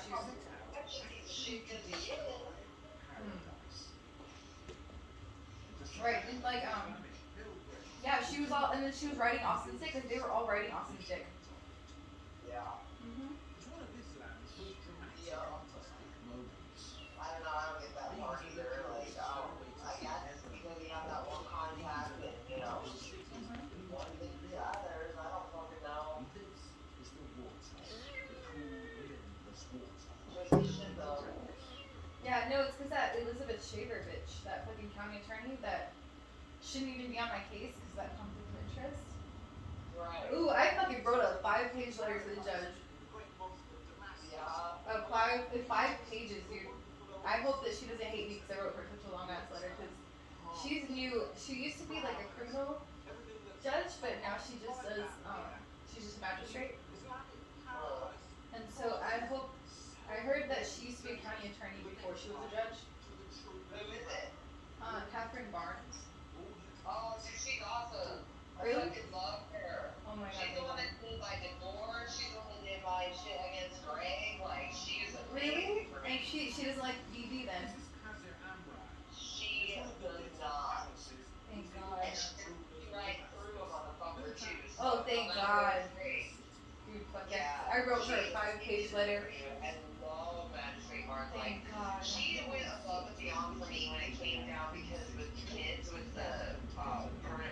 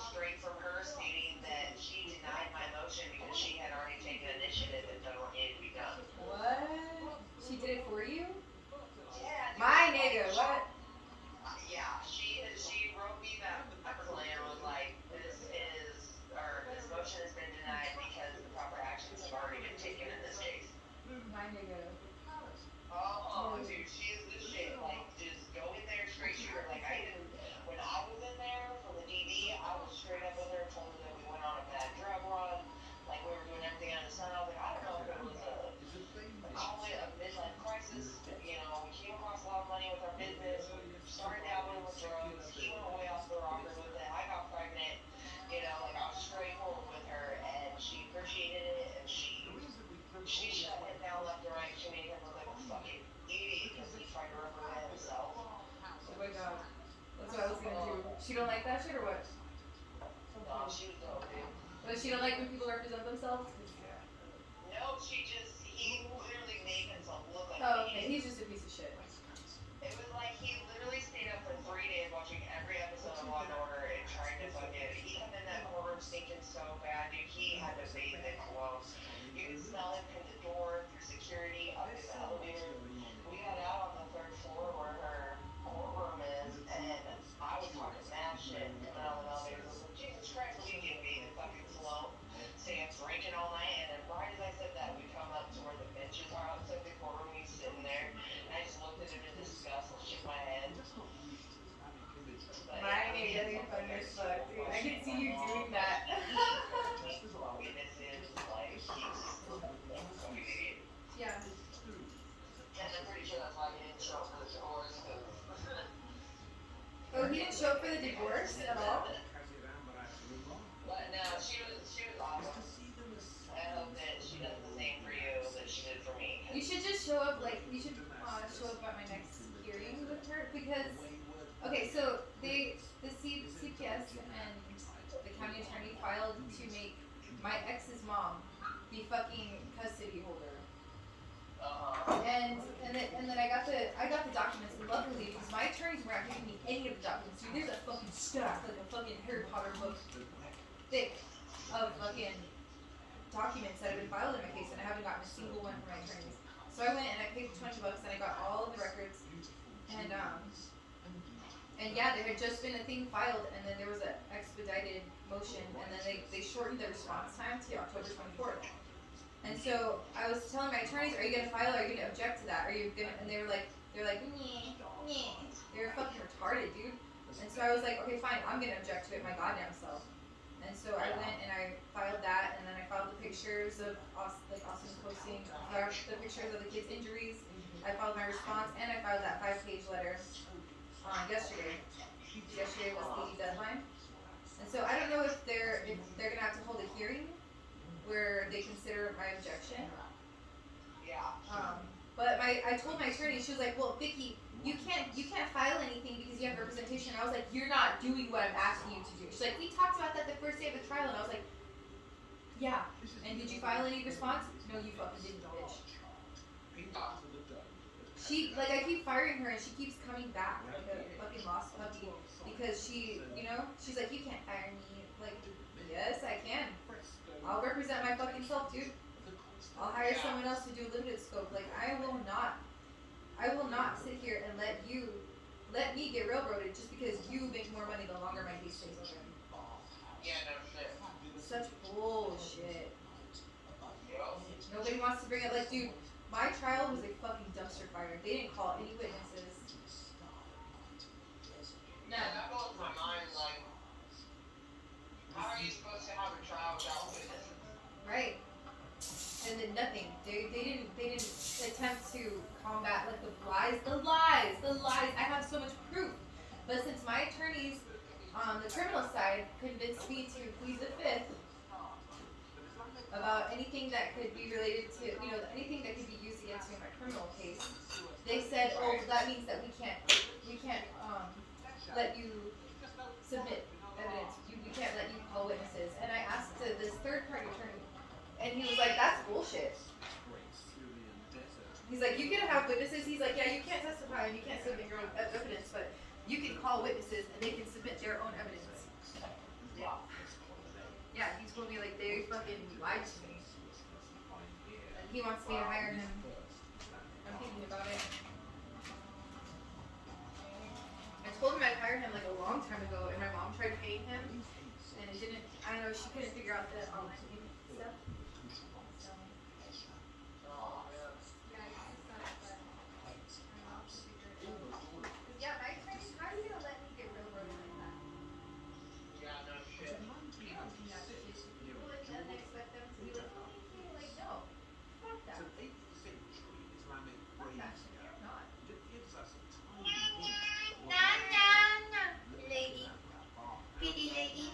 Pretty lady. Don't want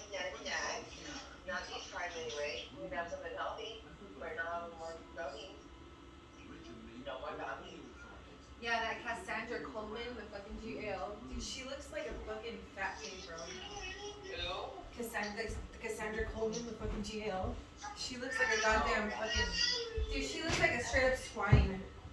Oh my god, Alex. Alright, I'm gonna let you go because she's driving me nuts. I can't hear you. Okay, baby. Call me later so we can smoke or something. Let's talk soon. Yeah, okay. Call me soon. Love you. Okay. Love you. Bye.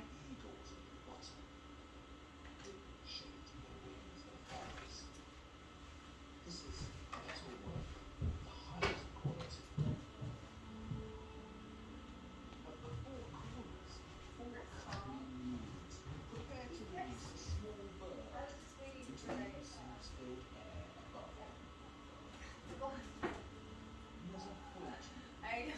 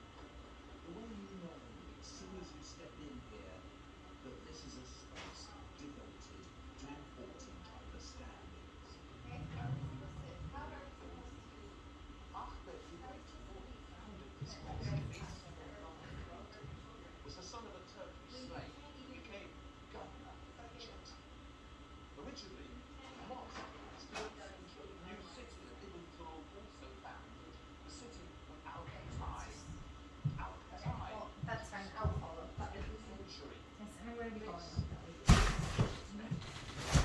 Yeah. You don't have to. You know, the force message to try. Okay? So yeah, can you forge my signature? Let me.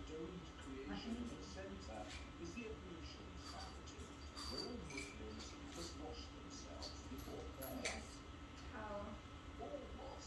Right. So that authorization, does that mean? Okay. So then. Okay. So somebody forged my signature.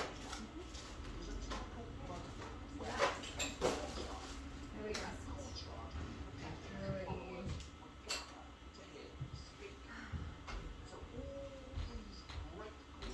Got him!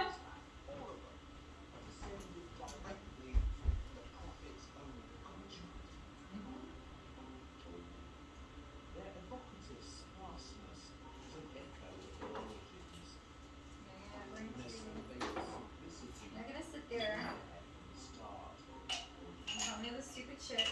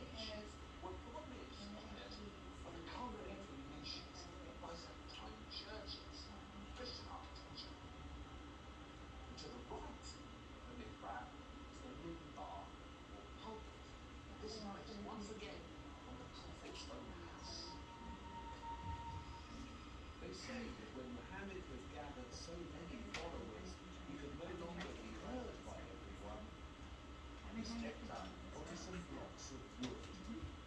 Those are the origins of the minbar.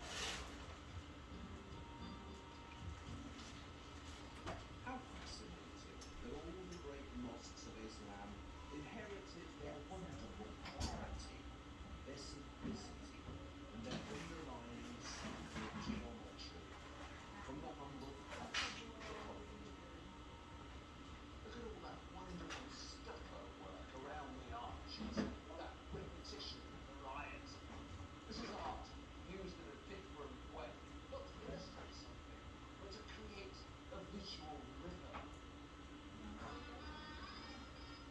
Christian churches are full of pictures that tell you stories. But there are no pictures in these great Islamic interiors. The decoration here communicates in other ways.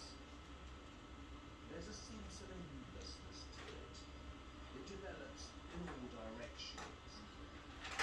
And it makes you feel part of something that's bigger than you. So there are no pictures. Instead, all the way round runs this Quranic inscription carved into wood. You know, I think this mosque was built on the site where Noah's Ark is said to have come to rest. But another story they tell here is that this Quranic inscription is carved in the actual wood in Noah's Ark. At the Mosque of Ibn Tulun, the Quranic inscription runs for 2 kilometers around the building. That's 1/15 of the entire Quran written up on these walls. This is the word of God in its most sacred and purest form. The power of the word is one of the great creative obsessions of the Dark Ages. And in the Metropolitan Museum in New York, the most beguiling of the first Qurans, the so-called Blue Quran, turns the words of God into such glorious art.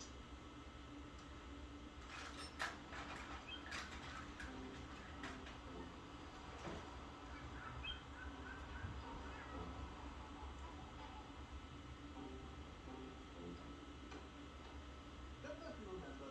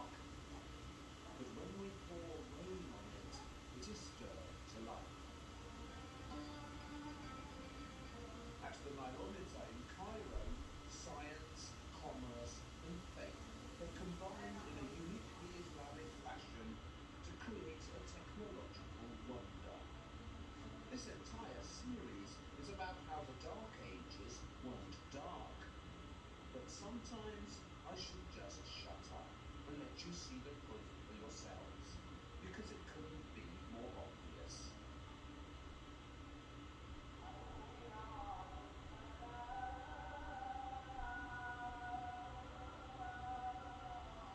This is Kairouan in Tunisia.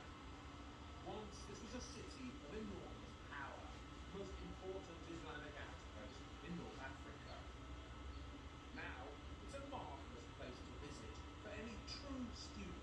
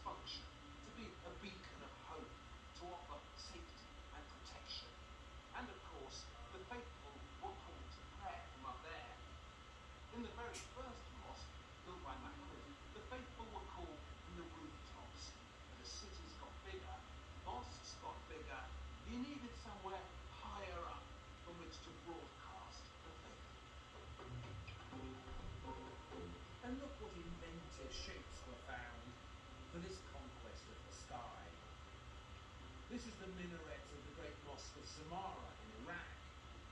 Its nickname, for obvious reasons, is the snail shell. No one else in the Dark Ages built anything as aerially ambitious as this. And it wasn't just the mosques. This extraordinary brick masterpiece in Iran is the tomb of the Zirayat prince, Qaboos ibn Bashangir. It's 1,000 years old. It looks like something the Bauhaus might have come up with, don't you think? Inside, Qaboos had himself suspended at his death in a coffin of pure rock crystal. What a thrilling Islamic conquest of the heavens.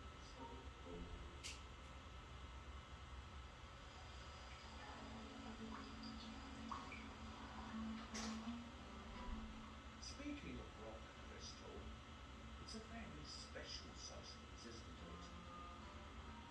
According to the Quran, when the chosen arrive in paradise, they'll be given drinks of ginger, served in goblets of crystal.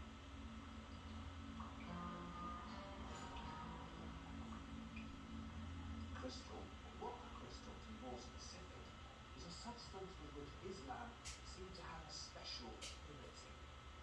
They say it was Ahmed ibn Tulun himself who introduced the art of carving rock crystals into Egypt. I'm not certain that it was in Egypt that this difficult art reached perfection. I don't know about you, but I can't think of many substances in the world with a presence as magical as rock crystal. Particularly when it has passed through the hands of the master carvers of Islam. Only a handful of these gorgeous Islamic ewers have survived. And that just makes them feel even more precious. Rock crystal itself is actually very common. It's just a type of quartz. Quartz is the most common mineral in the Earth's crust. You get it everywhere. Look. There's a stripe with it here.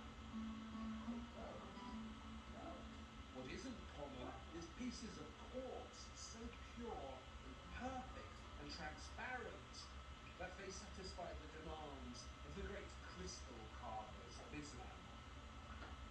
No one has ever carved rock crystal more finely than this. What they do is find a perfect lump of crystal and shape it on the outside, and then begin hollowing out the inside. And they hollow it further and further and further, till in the very best Islamic art, the walls of the crystal are only a couple of millimeters thick. Now that was unbelievably difficult. The shimmering images carved into these gorgeous crystal ewers would transport the drinker to paradise. Hunting scenes, flowers, beautiful birds, so crystal clear that none resist them. And it wasn't just Islam that saw something magical in this rock crystal. In Ireland, when Ireland was still pagan, they used to put pieces of rock crystal at the entrance of the burial chambers. In Egypt, they carved it into perfect spheres to proudly keep your hands cool when you touched it. And of course, it was used for telling the future. And it still is.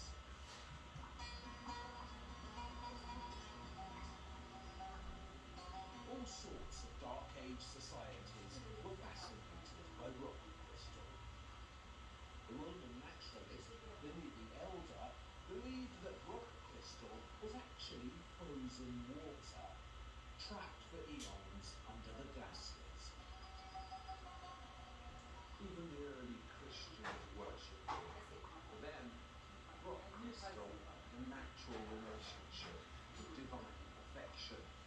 So they put it on the outside of their relicularies and up in their golden crosses, where its perfect presence seemed somehow to connect them to God.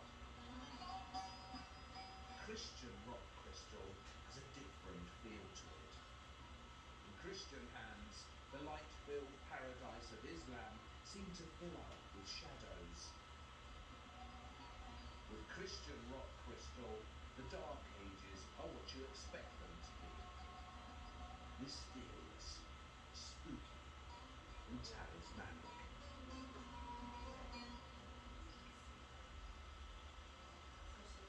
The water engineers of Islam perfected their hydraulic skills in lands where water was precious and rare.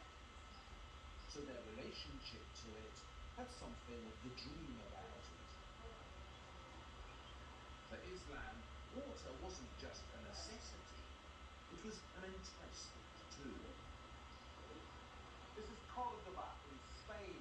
The Muslim armies got here in 711 AD and conquered it from the Visigoths. Remember them from the last film. And when Islam arrived in Spain, they could not believe how fertile this new territory was, how full of paradisical waters. This is the Guadalquivir in Andalusia, the largest navigable river in Spain. The name is Islamic. It comes from Al-Wadi al-Kabir, which means the Great Valley. These days, the Guadalquivir River is only navigable up to Seville. But in Islamic times, you could sail all the way up here to Cordoba. And in this great city, Islamic water architecture surpassed itself.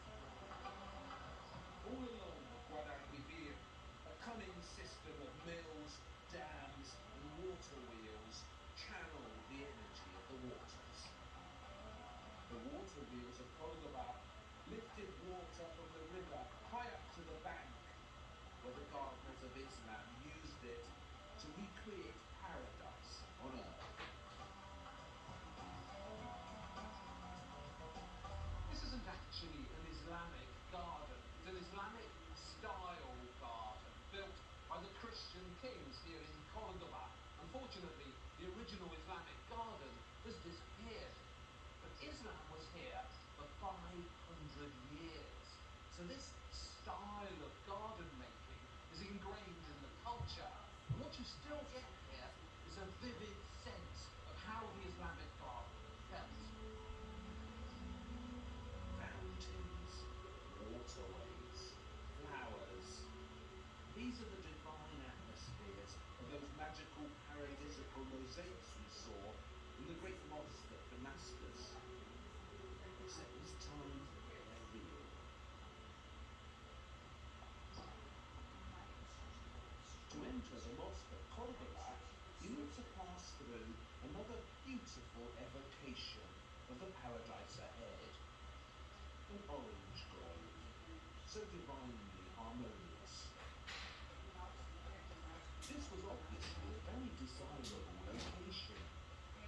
They say there was a Visigoth church here originally, and later, when the Muslims were finally kicked out of Spain, a Catholic cathedral was plonked in the middle of the mosque, creating this ungainly hybrid. It was the Umayyad prince Abd-Rahman I who began building the Cordoba Mosque. He actually bought the land from the Christians. In those early days of religious tolerance, Muslims and Christians shared the building. The Cordoba Mosque is famous for its columns. 856 of them. Like rows of palm trees in the oasis of Syria, is how someone described them. Columns are very laborious to make, and they use up a lot of precious stone, so they're very heavy. And if you can avoid making them, you will. For the Cordoba Mosque, the columns came from the Visigoth church that was there before, and also from nearby Roman temples. But these reused Visigoth columns weren't quite tall enough. So to make the the mosque higher and more airy, the architects of Islam came up with a brilliant new idea: the double arch. 2 arches for the price of 1. At the bottom, the horseshoe arch, borrowed, as we saw in the last film, from the Visigoths. Then, on top of that, a round arch, arch number 2, making the mosque taller, less solid, more see-through. For the first time in European architecture, the aesthetics of light pushing the hill. Stretchy dresses that were clearly not designed for a woman's body. And no matter what the event, rain or shine, I was in one of these. There was always a guy who thought that was really great. And I was super uncomfortable with you guys. I was like literally so uncomfortable in my own skin in these dresses. And then Do you once know I could be Cordoba, when the myself, it Muslims would were actually here, have fun. half a It's not million just, I don't people want you lived like in that. it. I don't want you It as was by well like that far the either. So largest, today most I'm going to show you prosperous part city in like Western sexy. Europe. We're going to go And over all of these those like color and inhabitants texture and had running silhouette water. sexiness to They had any outfit, no matter toilets how that modest it is. If you flushed guys want to see the full street video, keep it lamps. serious, then In give the us a thumbs 10th up. And also, century, please subscribe to this channel if you haven't. Let's get in urban moving. So you planning, guys know how I used to dress when architecture, I would go work out. That's actually mathematics, changed a and lot. I water realized engineering, sexy isn't Islamic something like you put knowledge on your was body. It's not just peerless. clothing. It's a feeling And in inside of one you. area, It's a it confidence was the and a spectacular, reassurance that you love the yourself and that you love astronomy, others, and it the just study can't of help the but like stars. overflow and make you attractive. And I guess it's 90% actually like of yourself the is attractive, 200 but neither should anyone brightest else. So stars don't in forget the to smile. sky I know we all have have bad days, Arabic but use names: dressing yourself and Vega, getting yourself ready as a form of Betelgeuse, self-care that should Algol, raise your vibration Deneb. and better your They're health. all Okay, when you actually start creations talking of to the places Dark that are Ages, sexy, that actually because show up on your Arabic skin. Take astronomy some mental allowed the laundry, Dark throw a lot Ages into the drink, to just glimpse the softness, cosmos. release and stretch, and all of the things that make Remember luxury those really feel stars nice. painted Our onto texture the is roof of the huge, and the palace longer we in see a lot of that, Cadiranga? so finding tops Well, that was and just dresses the that beginning. flow with your own natural What rhythm Christian will make you Science appear more was sexy insisting and on a look better. backward, You can take a look at this biblical all like this. understanding of These the are over in the cosmos, screens, and all of a sudden Islamic your outfits science way was harder. So if you're investigating a the person that really heavens more unexpectedly colors stuff in adventurously. sexy fabric, that's a really cool combination, and it's great for daytime.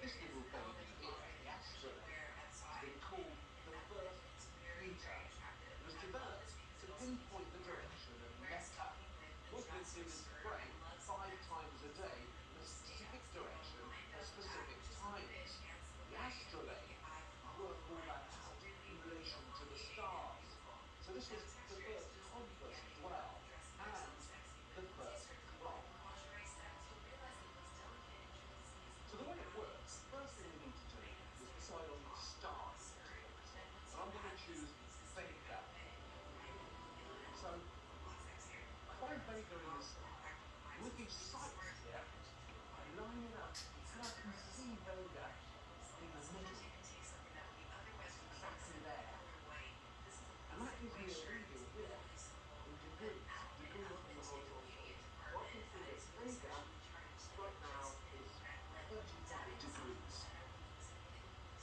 So the next sexier. thing to do is to The set the date, contrast to the measured of otherwise course in the unspoken outfit. old-fashioned In fact, in I think phases of the Silhouette is the zodiac. most Right powerfully now sexy we're in color in the Gemini, Focus so on April we're in 5 the feels so 15th confident, even in degree a way that of is neutral Gemini. and subdued. That's otherwise known But if as you're the really wanting to get a lot of attention, go for a larger piece of clothing and choose a wider So range of this fabrics. is basically And yes, that these are in leather, in but they are not diagrammatic as form. slip as though And they whatever are is their own true in bags. here Like is denim also wax true denim out cloth there. colors, but this is one of So those I know the fantastic date ways to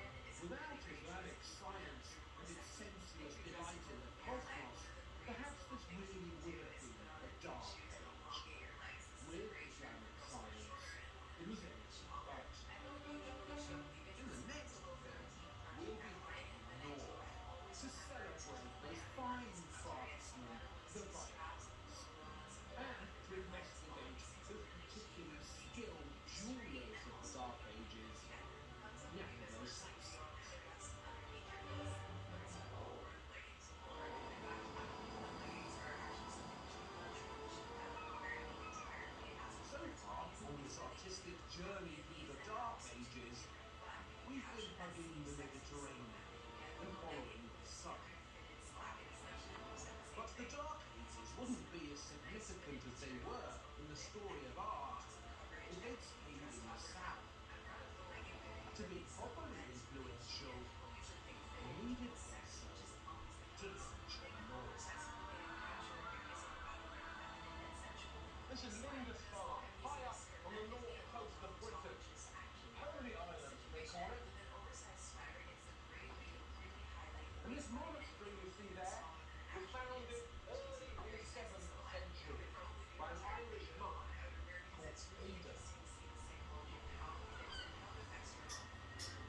So faced to build a monastery cut off from the mainland, beaten up by the sea. It's so out of the way and impractical. And that's precisely why it was chosen. The Irish monks who founded Lindisfarne weren't looking for an easy life. They were looking for difficulties to conquer. These were hardcore northern Christians who isolated themselves up here on purpose, who worked their fingers to the bone and created something out of nothing. As they saw it, Jesus had sacrificed his life for them. So the least they could do was sacrifice their comfort. The hardcore determination of the Lindisfarne monks shows not only in the miraculous buildings of their great monastery, but also in the stunning book art they made up here. So intricate, so detailed, so difficult. And that's the thing about the North's contribution to the art of the Dark Ages. What it achieved by going the extra mile, working the extra hour, adding the extra detail. Nothing was given to it on a plate.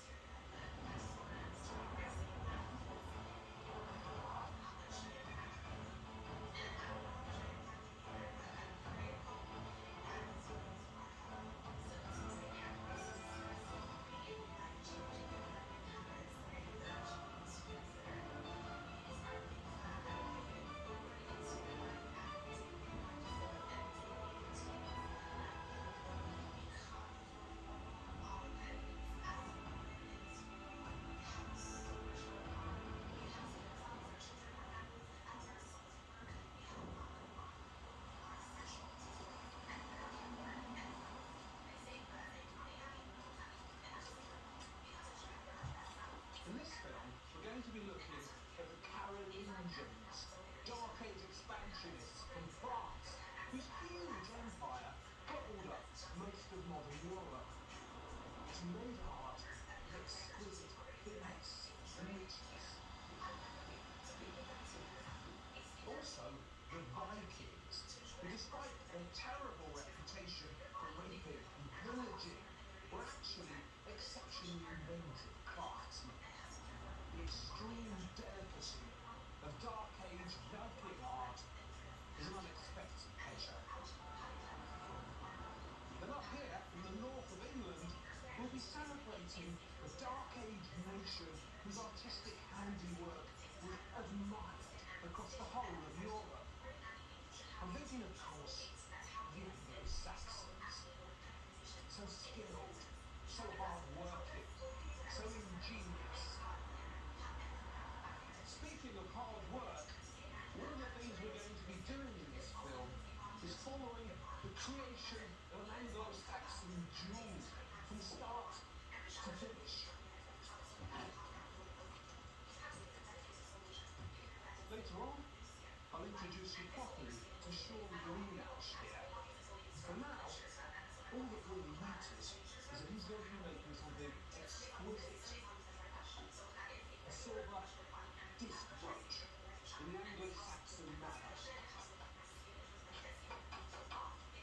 Sean Greenash's Anglo-Saxon brooch is a pleasure with a long time.